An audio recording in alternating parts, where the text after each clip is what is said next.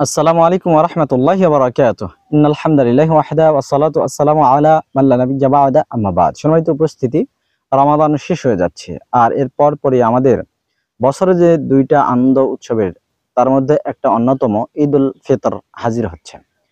আমরা জানি নবী মুহাম্মদ সাল্লাল্লাহু আলাইহি ওয়াসাল্লাম মক্কা থেকে মদিনাতে হিজরত করে এসে দেখলেন যে মদিনাবাসীরা বছরে দুইটা আনন্দ উৎসবের দিন উদযাপন করত, একটা নওরোজ আর একটা মেহেরজান। আল্লাহ রাসূল সাল্লাল্লাহু আলাইহি ওয়াসাল্লাম বললেন, কাদ আবদালাকুমুল্লাহু বিহিমা খায়রাম মিনহুমা ইয়াউমাল আযহা ওয়া ইয়াউমাল ফিত্রি। তোমাদের ওই নওরোজ এবং মেহেরজানকে বদল করে দেওয়া হলো, পরিবর্তন করে দেওয়া হলো এই দুইটা দিনের পরিবর্তে, এক ঈদুল আযহা আর একটা ঈদুল ফিতর, যা আমরা উদযাপন করতে যাচ্ছি।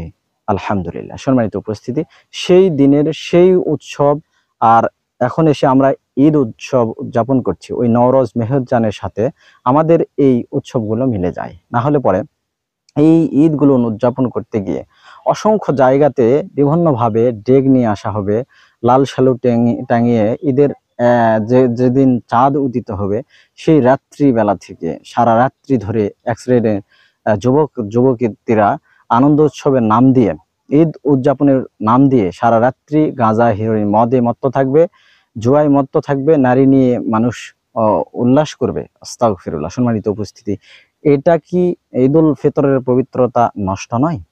মনে রাখবেন, যারা এই কাজ করে ঈদুল ফিতর উদযাপন করছে তারা ঈদুল ফিতরের এই পবিত্রতা নষ্ট করার গুনাহগার হচ্ছে। এক মাস সিয়াম ও সাধনার পরে এসে আমরা মুসলিমরা কিভাবে এই সিয়াম সাধনার পবিত্রতা, ঈদুল ফিতরের পবিত্রতা আমরা নষ্ট করছি? আমাদের এখনো কি হোশ হবে না? আমি আহ্বান করছি, আমরা যারা এই কথাগুলো শুনছি, আসুন নিজের জায়গা থেকে একটু পরিবর্তন হই। আর নয় আগের নওরোজ মেহেরজান, এখন আমরা উদযাপন করব ঈদুল ফিতর পবিত্রতা সহ। আমরা আল্লাহ রাসূল সাল্লাল্লাহু আলাইহি সাল্লামের দেখানো পথপন্থায় তাকবীর পাঠ করব, সকালবেলা ফজরের সালাত আদায় করে গোসল করে সময় মতো সুগন্ধি মেখে পবিত্র পরিষ্কার স্বচ্ছ উত্তম পোশাক পরিধান করে এক রাস্তা দিয়ে যাব, আর এক রাস্তা দিয়ে আসব, আর বেজুর খেজুর খেয়ে ঈদগাহ মাঠে যাব। ইনশাআল্লাহ সব কিছুতেই থাকবে ইসলামী ছাপ।